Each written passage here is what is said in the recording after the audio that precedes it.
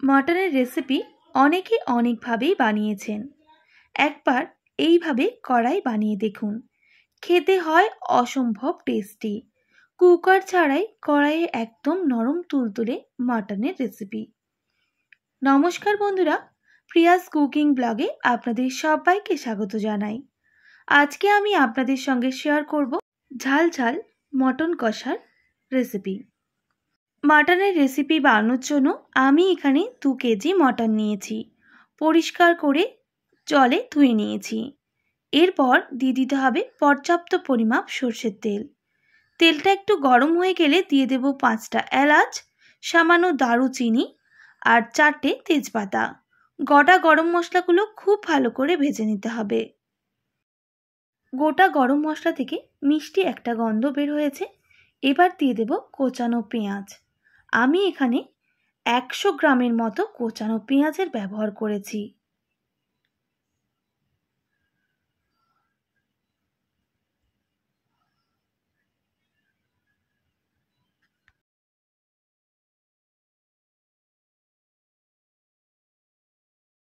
বেশ কিছুক্ষণ ভেজে নেওয়ার পর পেঁয়াজটা কিন্তু অনেকটাই নরম হয়ে এসেছে।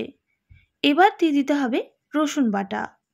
আমি এখানে 3 টেবিল চামচ রসুন বাটার ব্যবহার করেছি। আবারও মিক্স করে নেব আর 1 থেকে 1.5 মিনিট ভালো করে কষিয়ে নিতে হবে।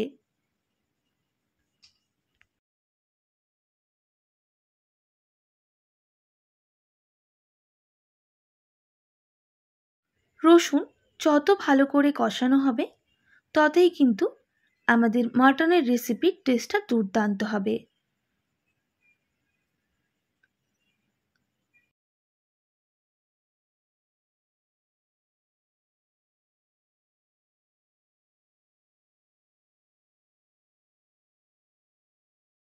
প্রায় 3 থেকে 4 মিনিট পেঁয়াজ আর রসুনটা ভালো করে ভেজে নিয়েছি। এরপর দিয়ে দিতে হবে আদা বাটা। আদা বাটা দিয়ে দিয়েছিলাম 2 টেবিল চামচ, বড় চামচের। এবার আদা বাটাটা খুব ভালো করে ভেজে নেওয়ার আগে দিয়ে দেব হলুদ। আমি এখানে হলুদের ব্যবহার করেছি 50 গ্রামের মতো। আগে থেকেই জলে গুলিয়ে রেখেছিলাম, সেটাই অ্যাড করে দিলাম। আবারও মশলাটা খুব ভালো করে কষিয়ে নিতে হবে।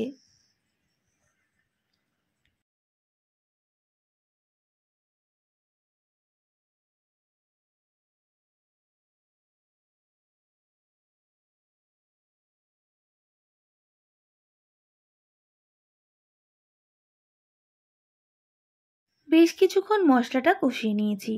এবার দিয়ে দেব টমেটো কুচি। আমি এখানে বড় সাইজের একটা টমেটো কুচির ব্যবহার করেছি। টমেটোর সঙ্গে দিয়ে দেব স্বাদ মতো লবণ।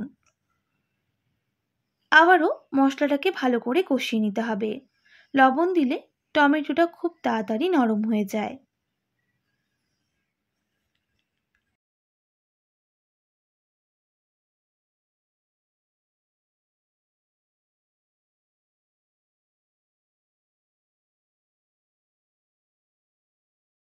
এইভাবে আরও 3 থেকে 4 মিনিট মিডিয়াম আঁচে মশলাটাকে কষিয়ে নিতে হবে। মশলাটা খুব ভালো করে কষালে মাংসটা খেতে কিন্তু ভালো লাগবে। দেখুন বন্ধুরা, টমেটোগুলো কিন্তু গলে গেছে আর মশলা খুব ভালো করে কষিয়ে নিয়েছি। দেখুন বন্ধুরা, মশলা থেকে তেল ছাড়া শুরু করে দিয়েছে আর মশলার যে কাঁচা গন্ধটা সেটা একেবারেই চলে গেছে। দেখেই বুঝতে পারছেন। এবার গ্যাসের ফ্লেমটা মিডিয়ামে করে দেব।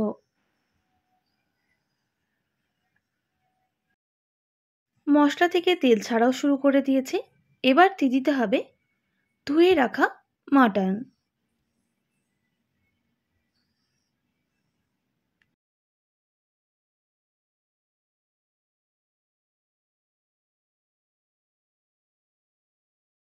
মাটন দেওয়ার পর খুব ভালো করে মশলার সাথে মিক্স করে নিতে হবে। এই সময় একটু মিডিয়ামে রেখেই মিক্স করব।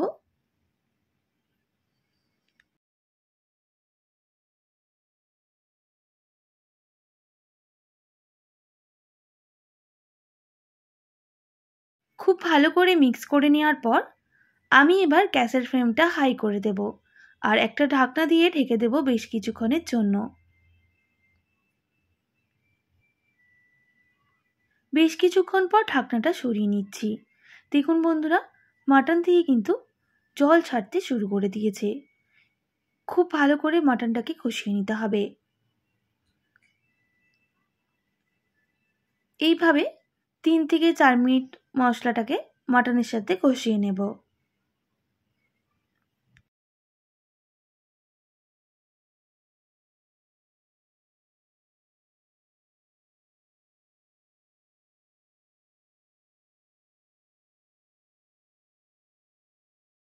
তিন থেকে 4 মিনিট আমি খুব ভালো করে একটু কষিয়ে নিয়েছি।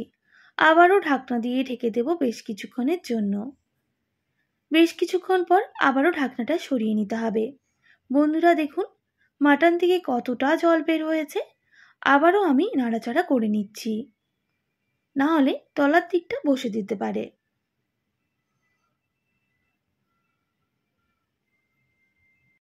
তো বন্ধুরা, আজকে আমি অল্প মশলা দিয়েই মাটনের একটি দারুণ স্বাদের রেসিপি শেয়ার করব। খেতে হয় দুর্দান্ত, আর মটনগুলো কিন্তু অনেকটাই নরম হয়। প্রেসার কুকার ছাড়াই আমি আপনাদের মাটনের রেসিপি বানিয়ে দেখাচ্ছি। আবারও ঢাকনা দিয়ে ঢেকে দিতে হবে বেশ কিছুক্ষণের জন্য।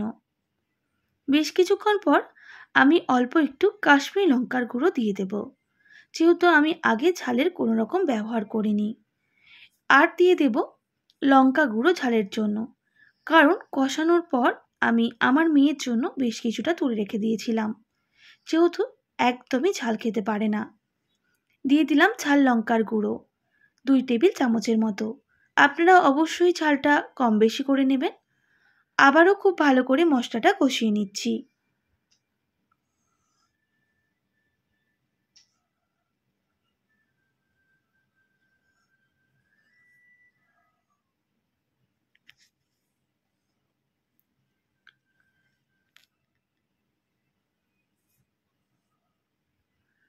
লঙ্কা গুঁড়ো দেওয়ার পর আমি 4 থেকে 5 মিনিট কষিয়ে নিয়েছি, তাই কালারটা দেখুন কতটা চেঞ্জ হয়ে গেছে। এবার দিয়ে দিতে হবে উষ্ণ গরম জল পর্যাপ্ত পরিমাপ। অবশ্যই আপনারা গরম জলটাই ব্যবহার করবেন, তাহলে মাংসের টেস্ট আর কালার দুটোই সুন্দর থাকে।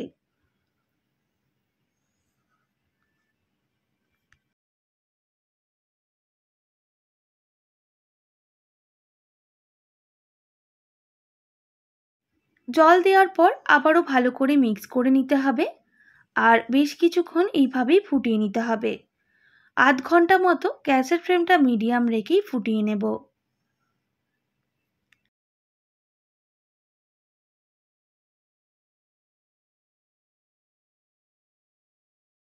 আমি আবারও ঢাকনা দিয়ে ঢেকে দেব বেশ কিছুক্ষণের জন্য। বেশ কিছুক্ষণ পর ঢাকনাটা সরিয়ে নিচ্ছি। দেখুন কালারটা কতটা সুন্দর এসেছে। কুকার ছাড়াই কড়াইয়ের মধ্যে এইভাবে মাটন বানালে মাটন নরম তুলতুলে হয়।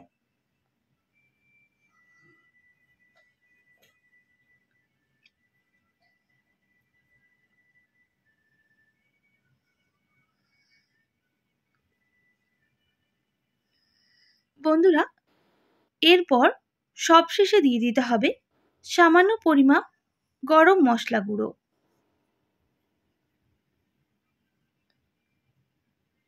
আবারও ভালো করে মিক্স করে নিতে হবে।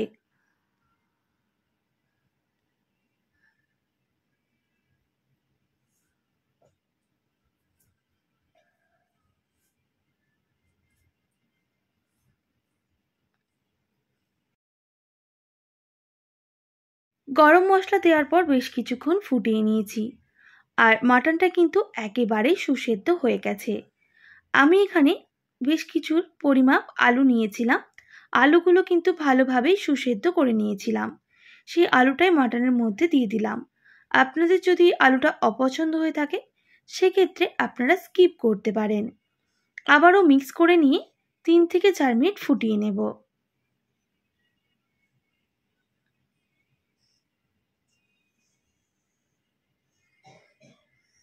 দেখুন বন্ধুরা, মাটনের ঝোলটা কতটা সুন্দর হয়েছে। আর লোভনীয়। এইভাবে একবার অবশ্যই বানাবেন, আর কেমন লাগলো কমেন্ট করে অবশ্যই জানাবেন। রেসিপিগুলি যদি আপনাদের ভালো লেগে থাকে অবশ্যই একটি like, comment, share and subscribe করে দেবেন। পাশে থাকা বেল আইকনটিও প্রেস করে দেবেন, তাহলে নিত্য নতুন রান্নার ভিডিওগুলি আপনাদের কাছে পৌঁছবে। আজকের মতো এতটাই। আবারও নতুন কোনো রেসিপি নিয়ে আপনাদের সঙ্গে দেখা হবে। আপনারা ভালো থাকবেন, সুস্থ থাকবেন, আর এতক্ষণ আমার সঙ্গে থাকার জন্য অনেক ধন্যবাদ আপনাদের সবাইকে।